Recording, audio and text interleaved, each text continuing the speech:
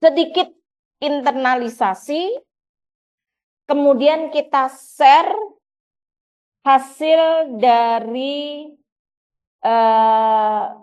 Bapak Ibu, saya disclaimer lagi ya, bahwa CPPT adalah hanya bagian kecil dari asuhan keperawatan. Tetapi karena kita workshopnya CPPT, kita agak jumping langsung ke CPPT. Jadi bukan berarti kita mengabaikan assessment, penetapan diagnosis, kemudian renpra, implementasi. Ya. Jadi ini ada kasus, misalnya ini kasusnya jam 15. Datanya boleh Bapak Ibu kembangkan. Nyonya A usia 83 tahun, post op 8 jam yang lalu. Post opnya adalah post op kolostomi. Pasien makin batuk-batuk dan teriak adu-adu sambil pegang tenggorokan. Sesekali memegang area luka operasinya. Jam 14.30 makin mengeluh ya, sakit, gelisah, tidak bisa tidur, dan bilang tidak kuat, ingin pulang. Tidak mampu mengeluarkan sputum, menggunakan nafas lewat mulut 32 kali per menit. Saat ini terpasang O2 2 liter per menit. Tensinya 160/90, suhunya 37,5, berat badan 43, tinggi badan 168. Saat ini masih terpasang kateter, infus, drain 8 cc, dan pasien ingin makan kesukaannya, yaitu lontong sayur. Silahkan coba, ini kebetulan kan posisinya adalah jam 14.30. Kita andaikan handovernya adalah jam 15. Bapak Ibu silahkan melakukan penulisan di CPPT menggunakan form yang sudah kita sampaikan. Jadi formnya ada di ini ya, di form PPT yang sebelumnya. Jadi saya coba close dulu ya. Adanya di sini.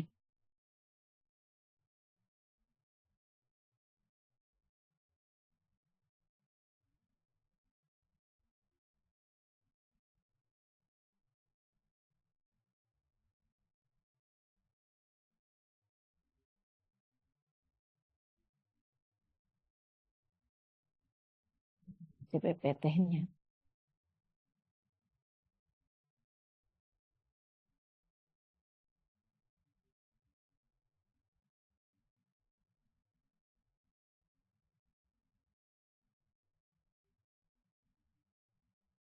Sebentar ya.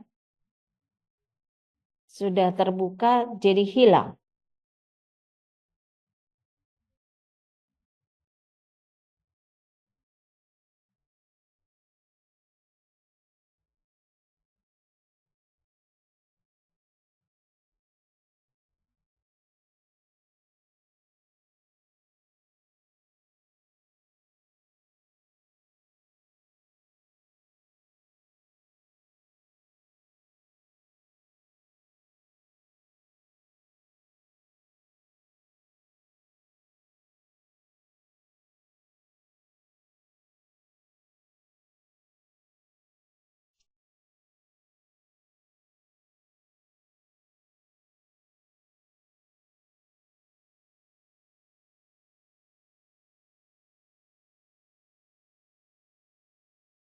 Jadi Bapak Ibu nanti silahkan bisa menggunakan form ini.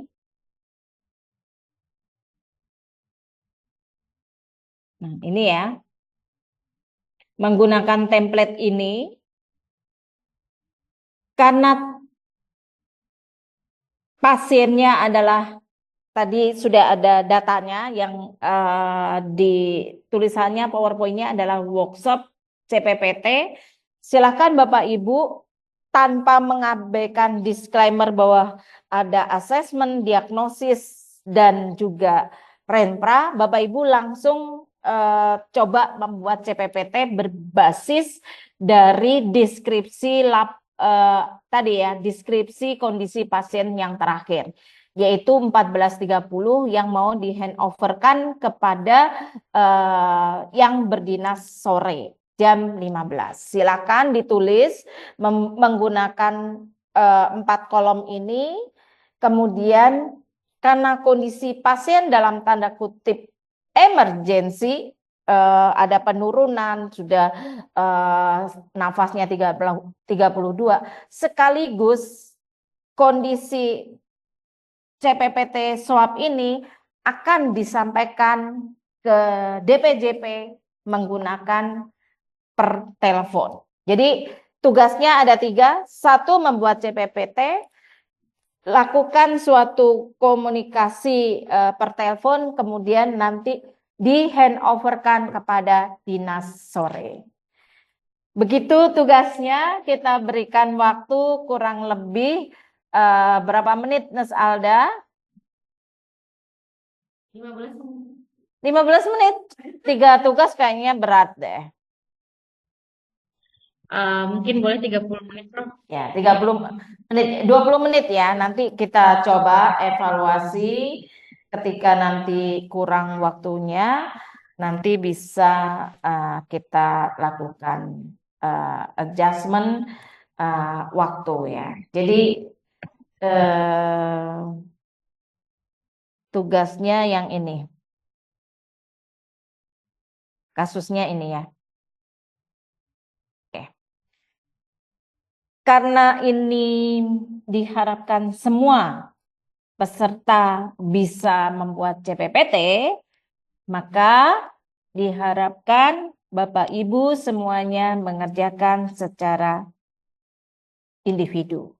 Kemudian nanti kita sama-sama bahas, tidak bisa satu-satu membahas, tapi saya mengharapkan ada beberapa sampling yang akan kita lakukan untuk men-share CPPT. Kemudian nanti saya yang kedua minta tolong untuk simulasi penyampaian kondisi terkini kepada DPJP.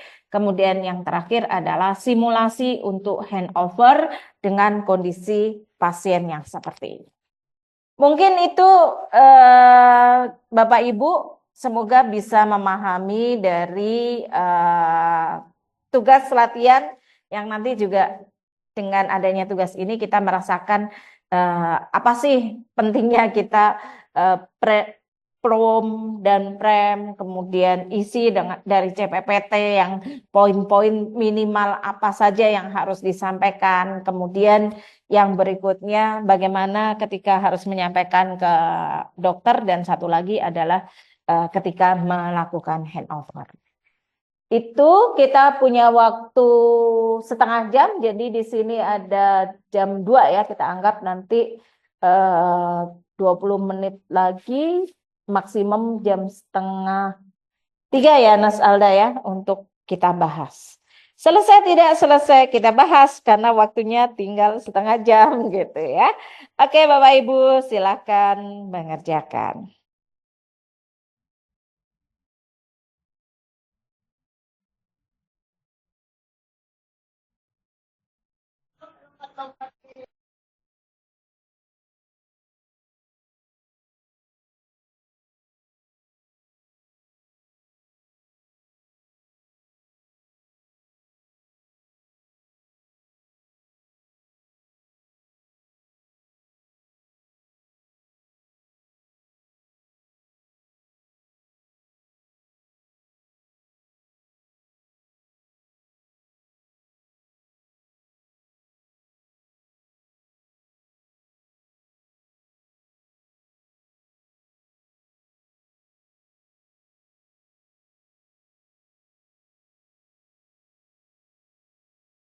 Bapak Ibu bagaimana?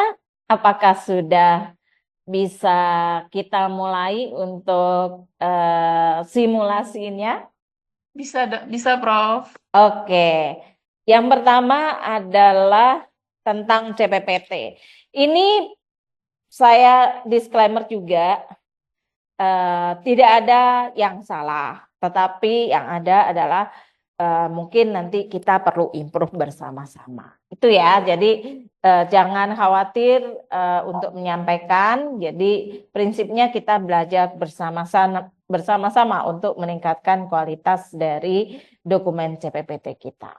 Silakan siapa yang mau volunteer untuk men-sharing tentang CPPT. Izin saya duluan ya dokter, ya Prof. Boleh, silakan Baik, Bu. perkenalkan Ya. Prof. Saya Rahma dari RSKD Balikpapan. Izin langsung Ya, share screen ya Prof. silakan. Boleh, silakan. Nanti teman-teman yang lainnya bisa juga memberikan masukan atau Iya, sharingnya. pasti banyak salah nanti nih Prof. Oh, Mohon. tidak ada yang salah. Baik Prof, izin share screen CPPT duluan ya Prof. Ya, Baik, untuk kasus yang diberikan, yaitu ada pasien Nyonya A, usia 83 tahun. Ini nomor RM random aja ya dok, 1, 2, 3, 4, iya. 5, 6. Boleh nggak Baik. agak dibesarkan, Bu? Tidak kelihatan. Oh ya, sebentar bro. Aduh, mana ini untuk membesarkannya? Oh, Oke, cukup. oke.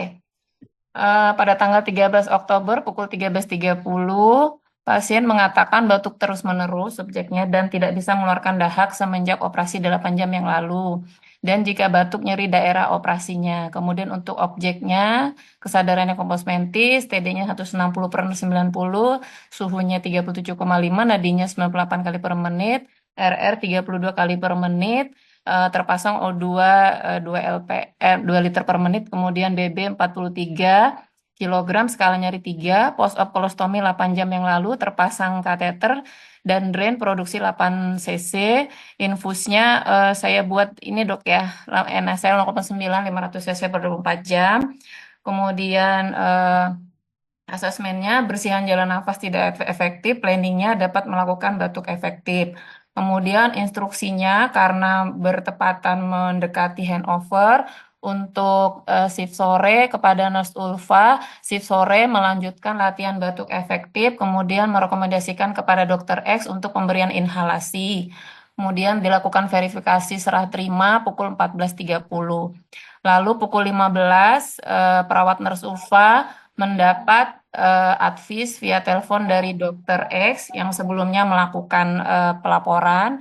Satu, inhalasi menggunakan NaCl 0,92 cc dengan Ventolin 1 ampul 3 kali per hari. Kemudian paracetamol infus 3 kali 500 mg jika nyeri bertambah, terkonfirmasi pukul 15. Ini untuk CPPT-nya, Prof. Untuk Oke, sebentar kita bahas dulu ya. baik, baik, baik. Oke, Ibu Bapak, mohon komen atau sharing dari yang lainnya. Apakah CPPT ini dengan form yang tadi coba kita buat itu sudah lengkap ya dari sisi peran dan fungsi keperawatan. Yang pertama adalah S. Bu Gusti mau menyampaikan, silakan. Izin Prof, saya menambahkan sedikit mungkin dari Ya, ya. Kalau silakan dari Mas Gusti. Oke. Saya bisa share screen apa gimana, Prof? Boleh, boleh. Boleh diturunkan dulu, Bu Nas Rahmawati. Oh. Oh.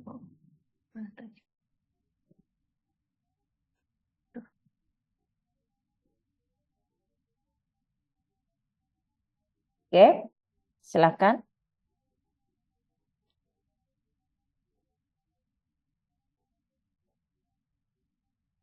Mungkin tambahan dari saya, Prof. Untuk data subjektifnya, kliennya mengeluh sakit, kemudian tidak bisa tidur. Klien juga bilang, maaf 2 kali, klien juga mengatakan ingin pulang dan klien mengatakan ingin makan lontong sayur. Kemudian dari saya, izin saya tambahkan dari data objektifnya, tadi ada data klien batuk-batuk. Kemudian perawat juga melihat klien berteriak sambil memegang tenggorokannya dan sesekali memegang area luka operasinya. Di sini kesadaran klien tampak gelisah. Klien juga terlihat tidak mampu mengeluarkan sputum, kemudian menggunakan napas lewat mulut. Dari hasil pemeriksaan tanda vital diperoleh suhunya 37,5, respirasinya 32 kali per menit. Saya tambahkan data nadi karena dia nyeri 110 kali per menit, kemudian tekanan darahnya 160/90. SpO2-nya saya tambahkan 93%, Prof. Kemudian klien terpasang oksigen 2 liter per menit. Dari pemeriksaan nyeri diperoleh skala nyerinya 7, kemudian dari EWS-nya diperoleh 10. Klien juga terpasang infus, menetes lancar, kemudian terpasang dower catheter, produksi drain 8 ml. Kemudian diperoleh juga data di mana berat badan klien 43 kg dengan tinggi badan 168 cm. Untuk asesmennya, yang pertama nyeri akut, yang nomor 2 bersihan jalan napas tidak efektif, yang nomor 3 risiko defisit nutrisi. Kemudian planningnya sendiri di sini setelah dilakukan intervensi keperawatan dalam waktu 3 jam, diharapkan klien mampu mengontrol rasa nyeri. Skala nyerinya menurun 3, kemudian klien mengatakan sesak berkurang dengan saturasi oksigennya, maaf, di sini 95%. Kemudian klien juga diedukasi karena baru habis tindakan untuk mengkonsumsi menu dari rumah sakit dulu, dan kalau sudah boleh nanti akan diizinkan untuk memakan lontong sayur. Kemudian untuk instruksinya untuk nurse E dimohon nanti memonitor skala nyeri, kemudian monitor status respirasi pasien, klien, mengukur MST klien, serta merekomendasikan hasilnya nanti ke ahli gizi untuk mengatur diet klien. Segera melapor ke DPJP karena dari hasil EWS-nya itu 10, Prof. Terima kasih, Prof. Ya, baik. Terima kasih. Mungkin semakin lengkap ya. Jadi kalau kita berbicara subjektif, apa yang disampaikan oleh klien jangan diabaikan. Jadi kalau misalnya keinginan makan lontong sayur, ini sengaja dibuat mungkin bertentangan nih dengan apa namanya dietnya ya yang disiapkan. Tapi kita bisa melakukan pencatatan bahwa inilah sebenarnya yang nanti bisa menjadikan motivasi. Tidak harus diberikan di saat ini, tapi bisa diberikan untuk ke depan. Tidak bisa tidur. Kalau pasien tidak bisa tidur, harusnya nanti dikaitkan dengan nyeri, dikaitkan dengan batuk-batuk. Maka harusnya kriterianya, harusnya kebutuhan tidurnya tercapai. Itu. Jadi seperti itu ya. Bisa saja ini tidurnya itu bukan patologis, misalnya ada insomnia dan sebagainya, bukan. Tapi mungkin karena nyerinya. Jadi nyeri itu tidak hanya dilihat dari skala nyeri PQRST, tetapi juga dari angka itu nadi, kemudian respon akibat nyeri. Salah satunya adalah ketidakmampuan mendapatkan istirahat dengan adekuat atau tidur. Itu seperti itu. Terima kasih sudah dilengkapi. Oke, ada yang raise hand lagi, Bu Christine? Saya masih baru sampai di subjektif. Silakan Bu Christine. Oh iya, Prof. Terima kasih Prof untuk kesempatan yang diberikan. Mungkin tadi saya ngelewat ya Prof karena masih di subjektif, saya mungkin bahas objektif. Oke. Di objektifnya sudah lengkap, cuman namun kita kan sudah tahu berat badan dan tinggi badan, mungkin kita bisa cantumkan langsung ke IMT. Karena IMT-nya kalau dihitung itu termasuk 15, sekian, jadi termasuk ke kategori sangat kurus sehingga defisit nutrisi, bukannya diagnosanya resiko. Seperti itu Prof. Terima kasih Prof. Terus kalau menampilkan data yang kita bisa bilang skala nyeri 7, mungkin kita bisa dalam kurung pakai FAS seperti itu. Ya. Terima kasih Prof. Iya. Jadi betul ya. Jadi nyeri itu pengukurannya macam-macam. Jadi kalau misalnya dia pakai numeric scale, itu biasanya lebih ke arah subjektif pasien. Benar atau tidak? Benar, Prof. Setuju, Prof. Ya, Betul, jadi itu setuju, Prof. subjektif. Nih nyeri, ngomong nyeri itu. Karena dia tunjuk, itu subjektif. Tapi kalau pada pasien-pasien demensia, pasien-pasien dengan ketidaksadaran, itu nggak bisa. Bisa saja menggunakan dari eh, pengukuran yang bersifat objektif. Itu skalanya. Nah, jadi contoh yang pakai apa namanya gambar meringis dan sebagainya itu sinerginya ke sana. Itu rusak itu nggak ada lagi nanti itunya di mana dipikirnya belinya. Iya Bu Irma, kenapa? Ya, jadi betul ya seperti itu. Kemudian dari unsur objektif hal-hal yang kritikal jadi perhatian. Jadi dari pernafasan tadi sudah disampaikan ya.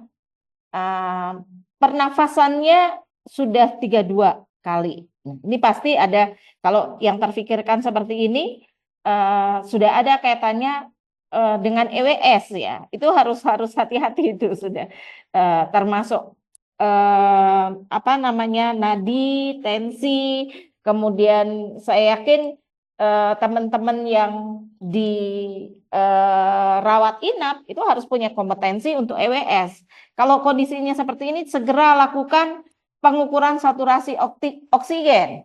Cek alat bantu nafasnya ada atau tidak. Misalnya pakai retraksi dada, suhunya seperti apa? Ada peningkatan atau tidak? Tensinya, nadi, kemudian tingkat kesadaran. Sudah mulai kayak apa ya, gelisah, itu udah tanda-tanda. Jadi itu harus ada data EW.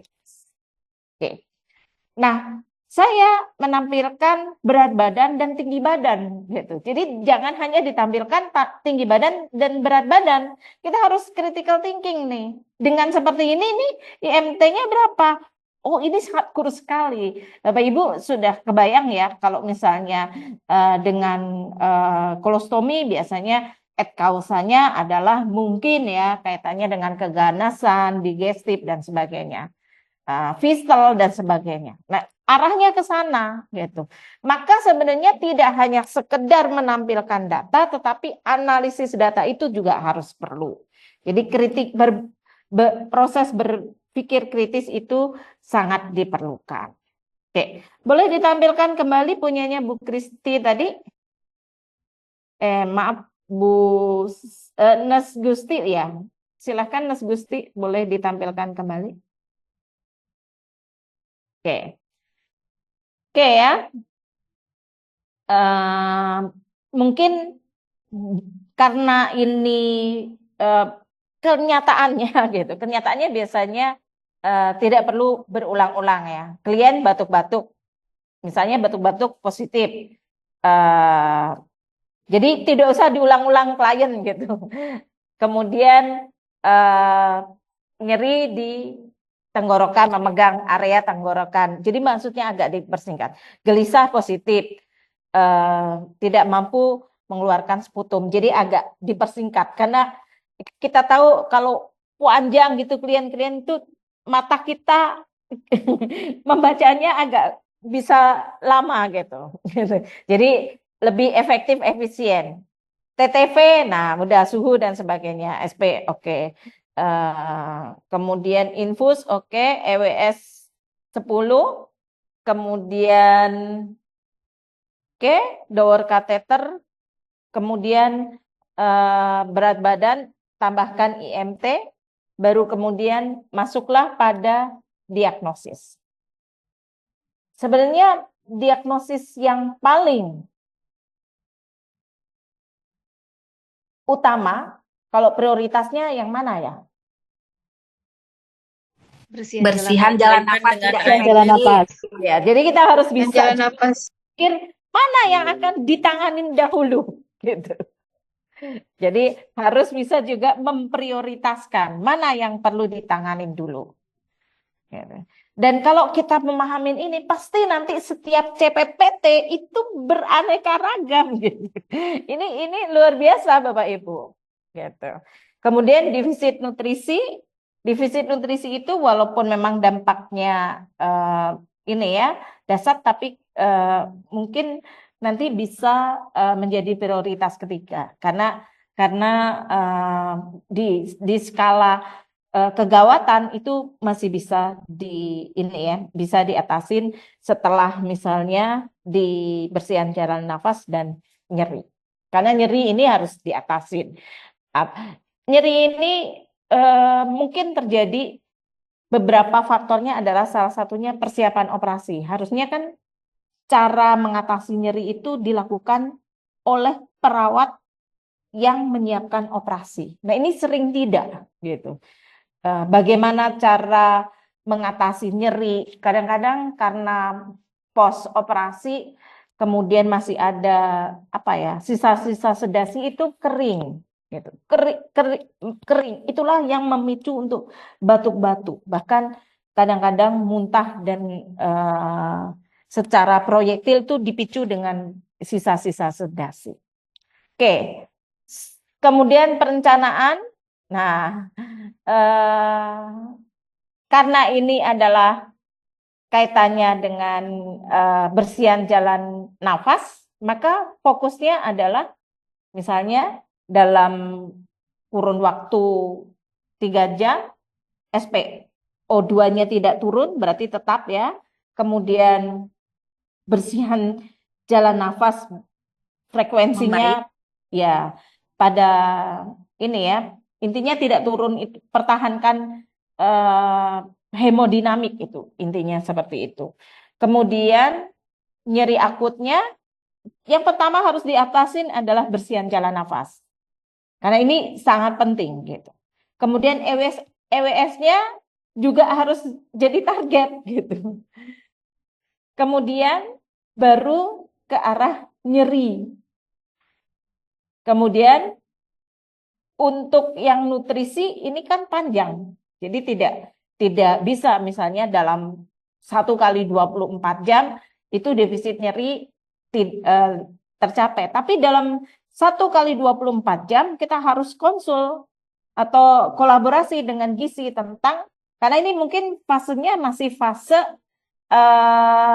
post-op gitu, masih puasa. Nah, kapan dia akan mendapatkan diet? Nah, ini juga harus harus dipantau. Kita lihat dulu dari operasi berapa lama dia harus melakukan puasa. Itulah yang nanti kita orderkan ke nurse yang shift sore itu untuk satu memantau kepatenan dari hemodinamik. Itu penting. Kemudian perlukah kolaborasi untuk oksigen? Karena di sini baru 2. Perlu atau enggak ya? Kira-kira 2 liter. Maka kalau saya sarankan jangan lapor DPJP, tapi kolaborasi dengan DPJP. Maksudnya gini, kalau lapor itu kita hanya sekedar lapor, tetapi kalau kolaborasi itu kita mempunyai suatu suatu responsibility gitu. DPJP terkait bersihan jalan nafas. Itu yang penting kan. Jadi ini harus di atas nih, kolaborasi karena ini harus cepat kaitannya dengan bagaimana peningkatan oksigenisasinya, kemudian mungkin karena ada sputum yang menumpuk, apakah diperlukan inhalasi, itu seperti itu. Nah, kemudian yang berikutnya baru apakah hanya memonitor skala nyeri? Sebaiknya masukkan manajemen nyeri. Karena di dalam manajemen nyeri ada memonitor, kemudian melakukan suatu edukasi misalnya dengan relaksasi. Tapi kalau memonitor itu hanya monitor gitu. Itu baru O gitu. Tapi kalau yang manajemen itu OTEK-nya itu masuk. Itu seperti itu. Ya. Kemudian untuk gizi mungkin bukan untuk yang nurse ini ya, boleh sih untuk yang sore misalnya untuk ke gizi tentang apa namanya lanjutan setelah diketahui IMT-nya itu apa diet yang sesuai dan sebagainya. Jadi harus dipantau dengan jelas. Nah, kalau seperti ini akan nyambung gitu. Kasusnya apa, kemudian SOAP-nya apa, ordernya apa. Nah, seringkali kita nggak nyambung, Bapak Ibu. Kasusnya A, nanti isinya cuma seperti tadi, nyeri, dan mungkin kalau di sini, nih kalau kita lihat trennya adalah nyeri sama bersihan jalan nafas. Gitu. Dan itu subjektif objektifnya kadang-kadang nggak nyambung, walaupun datanya sudah ada. Ini kebetulan saya memberikan data yang sudah fokus. Nah, kadang-kadang kalau asesmen sendiri kemana-mana datanya, gitu, sehingga kita tidak dapat data fokus yang ditarik. Kesimpulannya, kalau boleh saya sarankan, ya, karena waktu ya, subjektif, dengarkan apa yang disampaikan pasien. Jangan abaikan apa yang disampaikan. Eksperiensi pasien wajib disampaikan. Objektif, efektif, efisien, tetapi mengandung data yang bersifat kritikal. Kalau dapat data misalnya berat badan dan tinggi badan harus dianalisis lanjutannya. Kemudian misalnya ya, kalau nafasnya sudah tinggi, maka kita harus berpikir early warning sistemnya gimana nih dari sisi tensi, dari sisi saturasi oksigen, cepat ambil alat oximetry. Kemudian dari sisi kesadaran dan sebagainya. Jadi harus ada EWS. Nah, yang belum lihat adalah fungsional. Ini pasien lansia bukan ya? Lansia, Nah, fungsionalnya di mana ini lansia? bariatri, Resiko jatuh. Nutrisi. Nah, itu bisa dimasukkan. Ini kebetulan ada nyeri. Gitu. Jadi gampang gitu pakemnya. Gitu. Nah, Bapak Ibu, kalau misalnya sudah ada tindakan yang dilakukan dilakukan oleh perawat dan ini perlu diketahui oleh profesi yang lain, tadi bisa ditambahkan klien sudah dipasang infus atau klien sudah diberikan oksigen berapa liter dan sebagainya. Itu tindakan bisa dimasukkan di sana sebagai data objektif. Kalau belum ya tidak apa-apa. Nah, hanya kesimpulannya adalah pilih yang prioritas yang akan diselesaikan dulu. Karena ini progres pasien ini juga harus terus cepat ditanganin. Nah, ketika A-nya adalah bersihan jalan nafas, maka P-nya juga yang pertama kaitannya bersihan jalan nafas gitu. Nah, jadi bersihan jalan nafasnya juga harus menjadi konsentrasi. Ordernya juga kaitannya bersihan jalan nafas. Itu seperti itu. Kemudian untuk kontrol nyeri ya, termasuk nyeri ini adalah tentang tidur. Jadi kebutuhannya tidak hanya dari objektif, tetapi bisa memenuhi kebutuhan yang dari subjektif pasien. Itu seperti itu. Jadi nanti akan dicek mungkin apa sih yang menyebabkan dia tidak bisa tidur dan sebagainya. Tidurnya terpenuhi berapa jam. Itu seperti itu. Oke, Bapak Ibu, ini untuk CPPT. Ketika ini akan di handoverkan, maka handovernya ada di mana ya?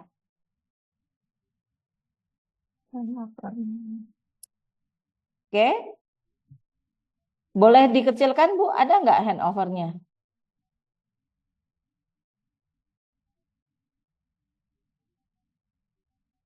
Ada nggak di-overkan ke siapa? Tadi yang pertama Bu siapa tadi? Rahma ya? Nggih, Dok. Nggih, Prof. Ada, Prof. Ada ya?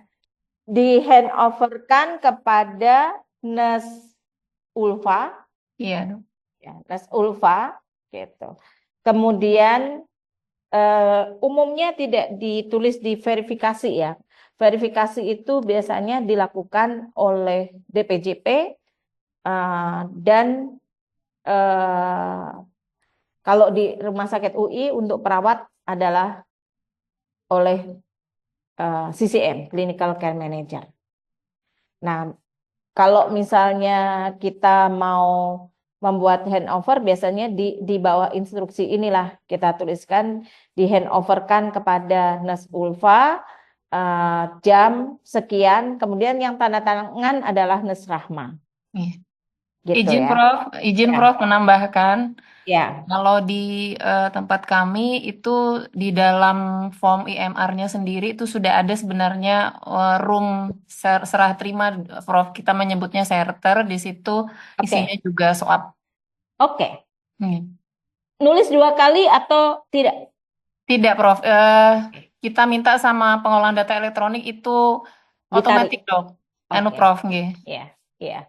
Karena kalau nulis 2 kali itu kasihan banget perawat Siap, Prof. menulisnya, duplikasi waktunya dan sebagainya. Oke. Nah, sekarang kita simulasi untuk bagaimana menghandoverkan ini secara verbal. Mungkin saya minta tolong 2 orang, satu berperan sebagai Nurse Rahma, satu berperan sebagai Nurse Ulfa. Boleh ya pakai contoh yang di sini. Nanti dilengkapin dengan apa yang kita diskusikan. Siapa mau jadi volunteer? Apa Nurse Rahma lagi?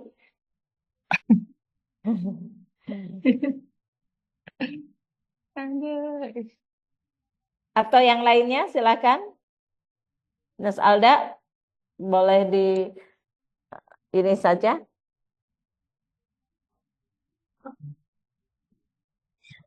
Oke, adakah Bapak Ibu yang mau volunteer? Tidak usah malu-malu karena kita di sini sifatnya belajar. Bisa nanti langsung didiskusikan bersama nih apa yang sudah baik dan apa yang perlu ditingkatkan. Adakah yang mau? Bisa raise hand. Kalau tidak ada, apakah berkenan atas Maya? Baik. Yang dipakai data yang mana, Prof? Boleh yang Nas Gusti. Oke, boleh.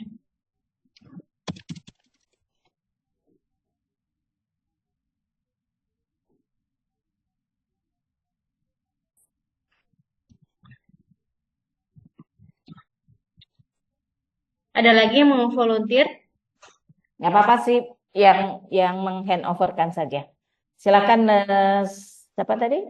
Maya. Nes Maya. Baiklah, saya akan mencoba melakukan handover ke shift break-nya pada jam 15. Ya, kita hitung ya, coba berapa detik. Silakan, Bu. Nurse, ini pasien masuk jam 14.30 dengan keluhan nyeri, batuk-batuk, tidak bisa mengeluarkan apa namanya sputum. Sudah kita lakukan pemberian oksigen, sudah dilakukan apa namanya kolaborasi dengan DPJP, sudah diberikan inhalasi. Saat ini saturasi tetap, respirasi menurun, respirasi terjadi apa namanya dari 32 menjadi 28 kali per menit. Terus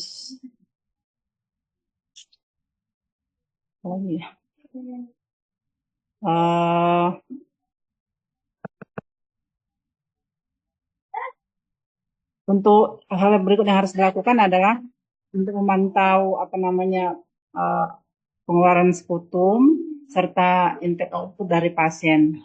Demikian, mungkin maaf berkurang. Oke, ya, nggak apa-apa, Bu. Jadi sambil ngomong, Prof. Saya yakin kalau biasa nggak grogi ya, Bu ya. Ya, jadi kita sampaikan Jadi kita biasakan. Saya Nurse Maya mengelola pasien atas nama Nyonya Asih. Baru datang jam 13.30 dengan keluhan nyeri pos operasi ini ya, kolostomi, laparotomi, kemudian nyeri, gelisah di pasiennya, sudah pengen makan nih, walaupun masih fase puasa. Yang perlu diwaspadain, lihat ya saturasi oksigennya, RR-nya tadi sempat 32, jadi harus dimonitor. Nah, kan kita ini terus aja monitor RR-nya, EWS-nya 10, SPO2-nya 93%, jadi harus terus dipantau EWS-nya.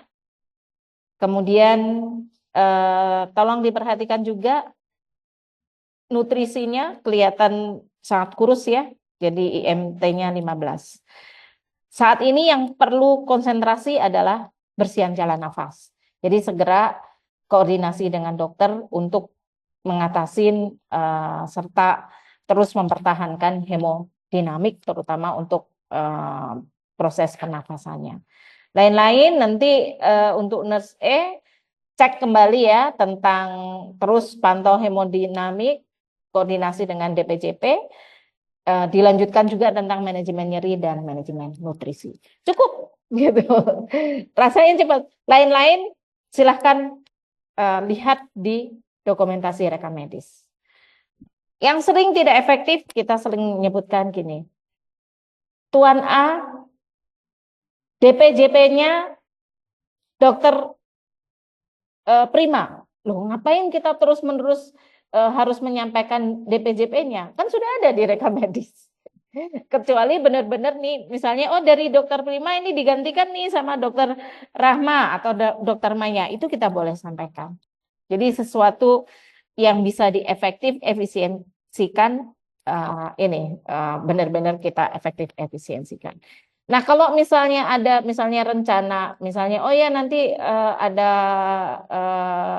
konsul, itu boleh disampaikan. Konsul dari dokter, misalnya dokter paru akan datang, nah itu bisa saja disampaikan. Itu untuk warning-warning tertentu.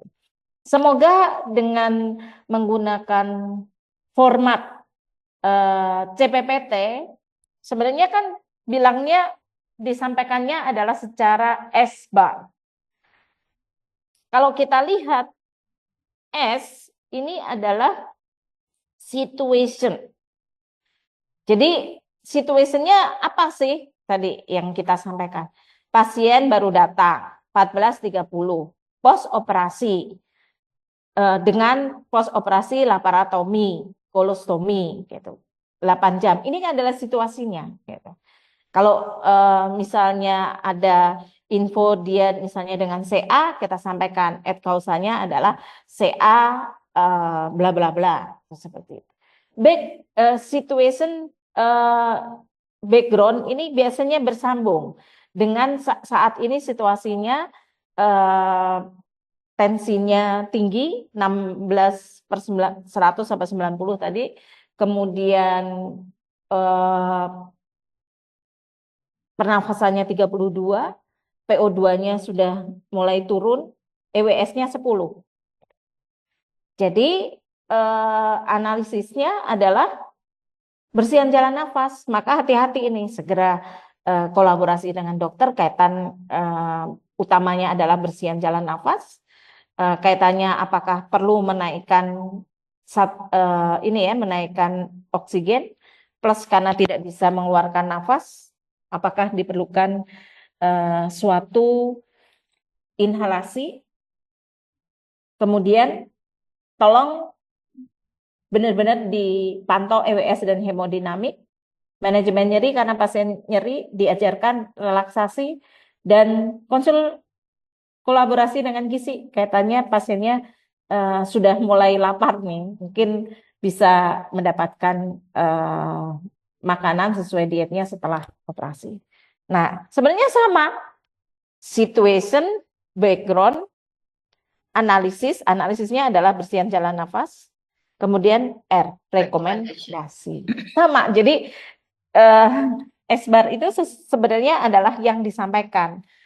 Yang dituliskan bisa menggunakan CPPT. Jadi jangan sampai nanti ada menulis SOAP, menulis SBAR, dan sebagainya. Walaupun ada rumah sakit yang masih membuat kebijakan kalau handover itu menggunakan SBAR.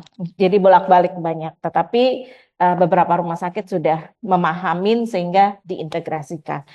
Yang ditulis adalah CPPT, yang yang disampaikan melalui proses SBAR. Itu seperti itu ya. Oke, sekarang coba kita praktekkan menyampaikan kondisi melalui pertelepon. Silakan, siapa yang mau? Boleh, Prof. Siapa? Silakan. Boleh. Siapa ya? Izin, Prof. Rahma lagi boleh, Prof. Oh, boleh, silakan, Bu Rahma. Ya. Daripada sepi, Prof. Iya, betul.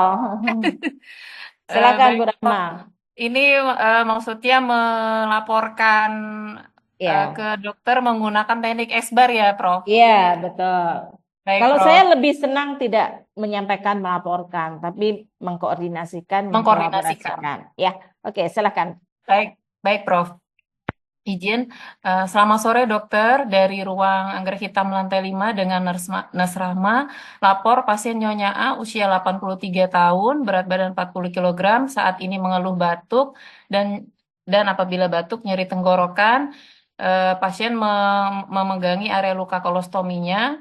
Kemudian tadi sekitar jam 14.30 mengeluh bertambah nyeri. Untuk backgroundnya, nyeri post-op kolostomi 8 jam yang lalu dengan tensi 160/90, suhu 375, respirasi 32 kali per menit, saturasi 93%, terpasang O2 2 liter per menit. Saat ini tidak bisa mengeluarkan dahaknya. Pertimbangan sudah kami lakukan latihan batuk efektif, namun mengingat pasien masih nyeri, dok, tidak bisa dilakukan dengan efektif. Kemudian mohon pertimbangannya pemberian inhalasi untuk mengeluarkan sputumnya, apakah diizinkan dokter. Kemudian saran untuk advis nyeri jika bertambah selanjutnya. Terima kasih dokter. Seperti Oke. itu, Prof. Oke. Oke, mungkin coba karena ini ya tidak bisa kita latih atau beberapa mencoba ya, jadi kita langsung bahas. Jadi yang pertama, komunikasi efektif dari profesi perawat ke dokter umumnya menggunakan ISBAR. I-nya adalah introduction. Introduction itu terdiri dari saya siapa yang menyampaikan tadi udah ada ya. Nurse Rahma dari ruang A, rumah sakit W. Kenapa dokter mempunyai 3 SIP? Benar dengan dokter siapa? Misalnya dengan dokter Prima. Itu kita sampaikan. Takutnya bukan dengan beliau. HP-nya dipakai orang lain. Mau menyampaikan, tidak perlu bilang lapor gitu. Sebenarnya sama ya menyampaikan dan lapor, tapi ini adalah komunikasi profesional biar kita kesannya tidak hanya sebagai pelapor gitu. Menyampaikan perkembangan pasien Nyonya A 83 post operasi kolostomi 8 jam yang lalu, sekarang sudah di ruangan. Keluhannya adalah sesak nafas 32, kan yang prioritas dulu ya, 32 kali per menit, PCO2-nya 93, EWS-nya 10. Sudah ada terpasang O2, kita sudah posisikan semivolar, kemudian semua sudah kita longgarkan, kita sudah monitoring pemantauan pernafasan. Di samping itu ada nyeri gitu. Jadi kita selalu upayakan yang apa namanya, prioritas pertama nih yang butuh bantuan dari kolaborasi dalam tanda kutip kaitannya medikasi maupun tindakan intervensi yang bersifat invasif. Kemudian yang lainnya adalah tentang nyeri. Pasiennya gelisah, merasa nyeri dan sebagainya. Dari keperawatan sudah dicoba untuk memberikan lingkungan dan teknik relaksasi, tapi sepertinya pasiennya masih gelisah dan cenderung untuk teriak-teriak. Nah, SBAR ada analisis. Analisis dari kami ini ada gangguan pernafasan. Kadang-kadang dokter juga ini ya akan kesulitan misalnya kalau misalnya bersihan jalan nafas atau apa itu mungkin bisa disimplifikasi. Ini ada bersihan jalan nafas dok, ada gangguan pernafasan. Terkait R itu tidak bermakna advis, tidak serta-merta harus advis, tetapi kita bisa melakukan rekomendasi. Bahasanya adalah setujukah kalau O2-nya dinaikkan. Sementara misalnya lihat kondisi ya, 5 atau 4 liter dan sebagainya. Itu tentunya harus ada clinical judgment. Kita bisa bilangnya setujukah. Kemudian setuju nggak kalau kita berikan barotek inhalasi. Nah itu juga kita sampaikan. Jadi jangan selalu melulu kita kayaknya tidak tahu apa-apa. Jadi minta advis. Nah ketika ada bilang oh ya inhalasi, perbandingannya berapa dengan berapa dok? Nah itu bisa. Jadi artinya tidak melulu kita minta advis, tidak melulu misalnya dok segera datang itu enggak. Tetapi kita bisa memberikan rekomendasi sesuai dengan ekspertis kita dan pengalaman kita. Kalau ada kondisi pasien seperti ini, mungkin kalau misalnya terus-menerus PCO2-nya naik, PO2-nya turun, mungkin diperlukan RMM, pakai sungkup dan sebagainya. Nah, itu tergantung kondisi pasien. Nah, bahasanya setuju nggak kalau diberikan ini?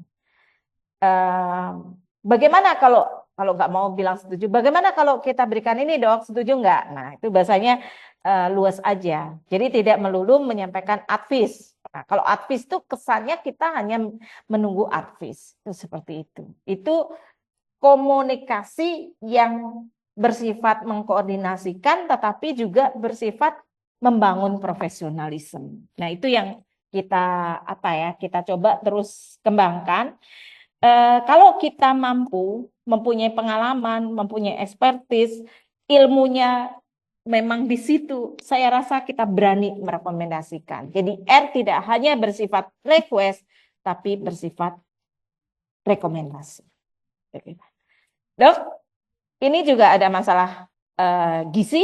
Nah itu terakhir ya. Besok mungkin kita atasin dulu untuk pernafasannya, gangguan pernafasannya dan nyeri. Kita akan koordinasi besok pas visit kaitannya dengan tindak lanjut asuhan gizinya. Nah itu bisa kita lakukan. Jadi tidak semuanya harus disampaikan ya.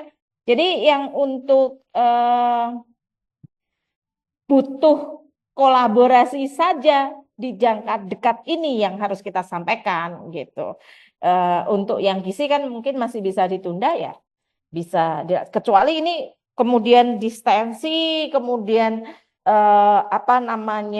tidak ada bising usus dan sebagainya. Nah, itu mungkin bisa dilaksanakan penyampaian kolaborasinya fokus kepada sana. Tapi kalau ini sepertinya tidak ada masalah itu.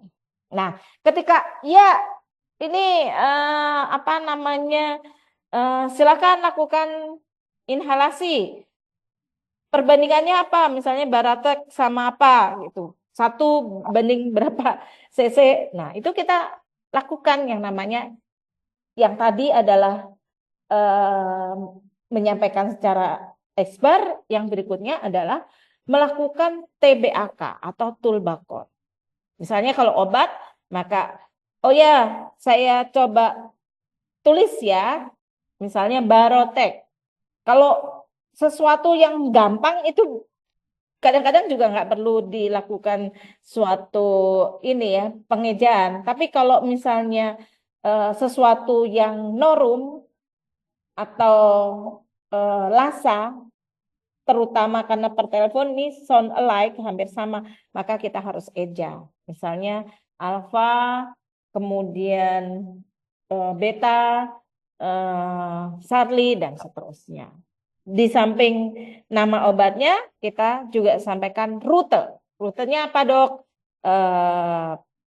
Pakai inhalasi. Ini contoh kalau misalnya obat jantung itu apakah di bawah lidah ataukah pakai diminum dan sebagainya, itu sangat emergensi. Demikian juga obat suntik apakah IV atau IM. Kemudian dosisnya. Dosisnya jangan sampai salah. Karena ini kadang-kadang kesalahan gitu. Mililiter atau cc dan sebagainya, dan itu sangat berbahaya. Maka saya tulis sekaligus saya baca ya. Sudah benar? Oke? Tolong kalau sudah benar, apalagi kalau sudah pakai konfirmasi, tolong dicek ya. Apa yang saya tulis ini sudah benar, mohon diverifikasi. Selesai. Nah, itu seperti itu. Kalau misalnya bentuknya adalah masih manual, maka nanti kita bisa melakukan ini ya, melakukan dokumentasinya di sini, Bapak Ibu. Nah, ini ya.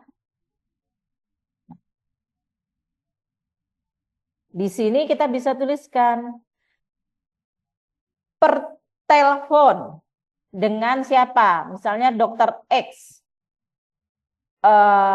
Ordernya apa? Obat. Kita tulis di sini. Nama obatnya, kemudian rute pemberiannya, caranya dengan apa, dosisnya, kemudian tanda tangan yang kita, kemudian nanti minta verifikasi dari dokter yang menyampaikan. Nah, di sini, jadi kita bisa mengintegrasikannya di CPPT. Jadi yang ini adalah serah terima, tapi kalau ada per telepon kita dokumentasikan di sini. Kalau misalnya sudah menggunakan elektronik, biasanya ada form juga untuk bagian dari proses kolaborasi per telepon. Ada yang nyebutnya konsultasi, ada yang menyebutnya kolaborasi, tapi kalau saya lebih firm untuk kolaborasi. Karena ujung-ujungnya kan kita katanya mau mengembangkan interkolaborasi profesional. Kalau misalnya bentuknya adalah selalu konsultasi, seakan-akan ya tidak ada interkolaborasi profesional. Jadi itu nanti bisa dimintakan kepada programmernya. Oke, Bapak Ibu, 1 hari sudah bersama kita dari mulai continuity of care, kemudian handover, penulisan CPPT, kemudian handover, metode handovernya, dan juga untuk koordinasi dengan profesi yang lain, contohnya pada dokter. Profesi yang lain pun misalnya dengan gizi dan lainnya hampir sama prosedurnya. Oke, masih ada 1 pertanyaan dari Bu Gusti. Silakan Bu Gusti. Terima kasih, Prof. Izin bertanya, seperti yang Prof jelaskan tadi, pada saat melakukan koordinasi dengan DPJP, izin sharing, Prof. Kalau di rumah sakit saya bekerja, kami tuangkan S-bar-nya itu dalam bentuk SOAP dan dituliskan di CPPT. Apakah itu benar atau kami dalam artian salah mempersepsikan dari dulu, Prof? Jadi kami tuangkan situation-nya itu dalam bentuk S, yang karena format yang programmer kami buatkan hanya SOAP, Prof. Mohon penjelasannya, Prof. Terima kasih. Iya, iya kan tadi yang disampaikan itu, saya ulang ya. Ini sengaja nggak saya slideshow ya. Jadi yang kita sampaikan ini kan di sini, Bu. Ini kan ceritanya Oh bukan yang ini ya. Contoh yang tadi yang Bu Gusti buat ya. Jadi kita sudah membuat swab. Kemudian kita sampaikan ke dokter gitu. Jadi inilah yang kita sampaikan melalui kalau diucapkan dengan metode SBAR. Catatannya adalah di sini. Kemudian ada order. Nah, kita tulis nih per telepon dengan dokter X, ordernya adalah seperti ini. Nah, ternyata ini ceritanya kan ini langsung nih, karena kondisi pas handover, kondisi pasiennya memang kurang baik. Tapi kalau misalnya 3 jam lagi nih Bapak Ibu, 3 jam lagi Bapak Ibu, kondisi pasiennya tidak baik, maka ya kita tulis lagi. Nah, kita tulis lagi di sini, menggunakan tadi SOAP. Jadi apa yang Ibu sampaikan tadi, iya betul. Jadi SOAP. Jadi kita sampaikan, dok nih kondisi pasiennya nih, kalau subjektifnya pasiennya penurunan ya kita S-nya nggak ada ya, berarti GCS-nya turun nih, sudah misalnya E-nya 3, M-nya 4, V-nya 3, nah berapa gitu. Kemudian kok nggak yang ada? kritikal lagi adalah nafas. Angka Kalau satu. di kaitannya dengan SOABC mau menggunakan itu juga bisa ya. Kemudian EWS-nya, kemudian masalahnya apa. Itu seperti itu. Ini kalau bersifat yang per telepon kan tidak semuanya. Misalnya misalnya ada gangguan tidur. Ini yang emergensi apa? Dokter itu yang kita koordinasikan adalah yang emergensi, Bu. Yang membutuhkan kolaborasi kaitannya medikasi dan juga tentang tindakan invasif. Itu seperti betul, Bu. Ini dituliskan begini. Nah, kemudian kan ada order. Inilah order yang kita tuliskan per telepon. Setelah SBAR jam sekian, ini kan SBAR-nya ini ya Bu. Kemudian ordernya apa? Kita tulis di sini ordernya. Obat atau misalnya pasang kateter karena misalnya distensi. Nah ini pemasangan kateter jam berapa? Begitu Bu. Jadi tidak salah yang Ibu sudah lakukan. Oke? Terima kasih, Prof. Oke, Bapak Ibu. Boleh bertanya lagi satu, Prof? Masih ada yang bertanya satu lagi ya sebelum kita Ya, akhiri. Prof, izin, Prof, nggih. Terakhir Ya. mungkin untuk mekanisme handover kita antar teman SIP, apakah tidak lebih baik kita menyampaikan secara verbal tindakan yang sudah kita lakukan untuk lebih efektif informasinya, karena tindakan-tindakan yang sudah itu kita menulisnya di implementasi, tidak semua kita tuliskan di CPPT. Terima kasih, Prof. Iya, boleh Bu. Tapi kalau misalnya tindakan itu kan banyak ya. Kalau ada 12 tindakan mungkin juga tidak mungkin kita baca. Tetapi misalnya hal-hal yang kritikal ya, misalnya ini sudah infus harus ganti ya. Tadi belum sempat diganti karena order BHP-nya belum datang. Nah, itu harus disampaikan untuk reminder gitu. Nah, hal-hal seperti itu mungkin perlu, Bu. Tapi kalau tindakan-tindakan misalnya ada 12 tindakan ya nggak mungkin kita sampaikan semuanya. Misalnya untuk masalah kebersihan diri udah kita lakukan ya tindakannya. Tinggal nanti karena pasiennya banyak sputumnya, lanjutkan untuk oral hygiene-nya ketika sore hari. Nah, itu bisa untuk dilakukan. Gitu, Bu. Prinsipnya yang urgent, yang benar-benar kritikal itu ditekankan. Tapi bukan berarti seorang yang di handoverkan itu tidak membaca data lengkapnya. Ini tujuannya apa, Bu? Tujuannya tadi loh, Bu, kita punya waktu sedikit. Kalau semuanya dibacakan, waktunya habis. Itu, Bu. Oke ya. Baik, terima kasih. Maaf, Prof, kalau di CPPT dibuat persip atau berkelanjutan. Nah, ini bertanya lagi nih. Atau dilanjutkan di instruksi PPA aja. Maksudnya gimana ya? Saya nggak paham nih. CPPT dibuat persip atau berkelanjutan. CPPT jangan lagi ditanya kapan melakukan CPPT, di awal atau di akhir atau persip.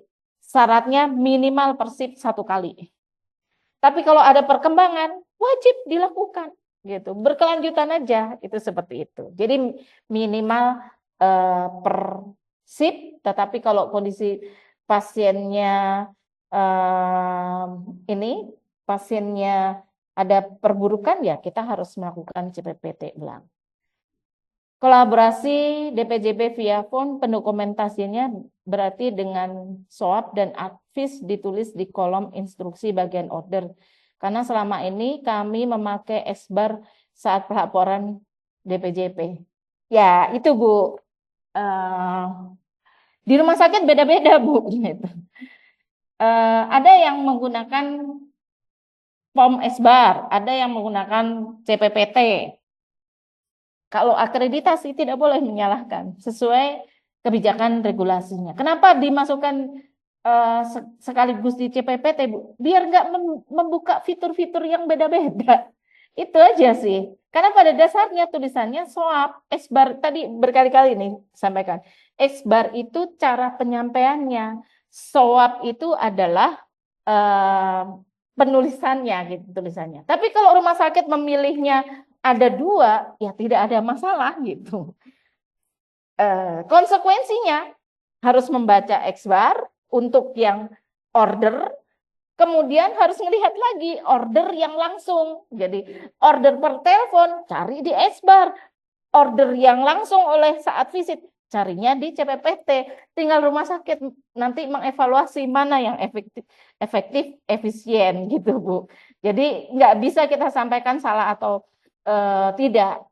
Tinggal nanti setelah berbagai berbagai suatu evaluasi nanti akan terdapatlah gap-gap. Oh, kalau seperti itu, kalau per teleponnya nyari ordernya dibuka di CPPT. Kalau misalnya visitnya langsung nyarinya di kalau yang ini SBAR, yang satu CPPT. Jadi 2. Tapi silakan saja. Oh, menulis CPPT dengan tinta biru nggak ada aturannya, gitu. Tapi saya pernah ke Belanda, dibuat mempermudah. Justru kalau pakai computerized, kenapa? Jadi akan cepat nih. Oh, ini CPPT oleh perawat itu warnanya hitam, biru. CPPT oleh dokter warnanya apa? Nah, itu untuk mempercepat. Itu adalah lebih ke arah ini aja sih untuk efektif efisiensinya. Tidak ada sih aturannya. Sampai sekarang saya belum pernah mendapatkan aturan harus warna-warna seperti kayak kuning itu adalah resiko jatuh, merah adalah alergi, itu belum ada. Setelah menulis CPPT kemudian ada kondisi khusus, apakah dibolehkan mengupdate saja tidak menulis ulang? Iya. Kondisi khusus saya kurang paham berapa lama setelah penulisan CPPT, tapi kalau di CPPT kita sih secara normatif konsensusnya adalah menggunakan pola SWAP. SOAP, SOAP. Mengkomunikasi kondisi pasien ke dokter apakah bisa melalui WhatsApp? Tadi ini sudah kita bahas, tidak dianjurkan menggunakan WhatsApp. Oke Bapak Ibu, karena waktu yang sangat luar biasa, jadi saya mohon maaf tidak bisa melanjutkan untuk diskusi secara langsung. Nanti kalau misalnya ada pertanyaan dan hal-hal yang lain, nanti kita akan bisa lanjutkan. Tapi ini ada satu nih. Sip pagi apakah hanya Katim yang menulis di CPPT? Karena mereka yang visit dengan dokter. Sebenarnya kalau yang menulis CPPT itu bukan berarti yang harus dengan yang visit ya maksudnya. Dokter visit dia harus membuat CPPT sendiri. Tapi kalau misalnya dalam kondisi-kondisi tertentu, Katim tidak ini ya, tidak seharusnya memang Katim ya. Tapi dalam kondisi tertentu ternyata ada perawat pelaksana dan Katimnya mempunyai coverage yang luas, maka sebenarnya bisa saja perawat pelaksana yang melaksanakan tetapi tetap diverifikasi oleh Katim.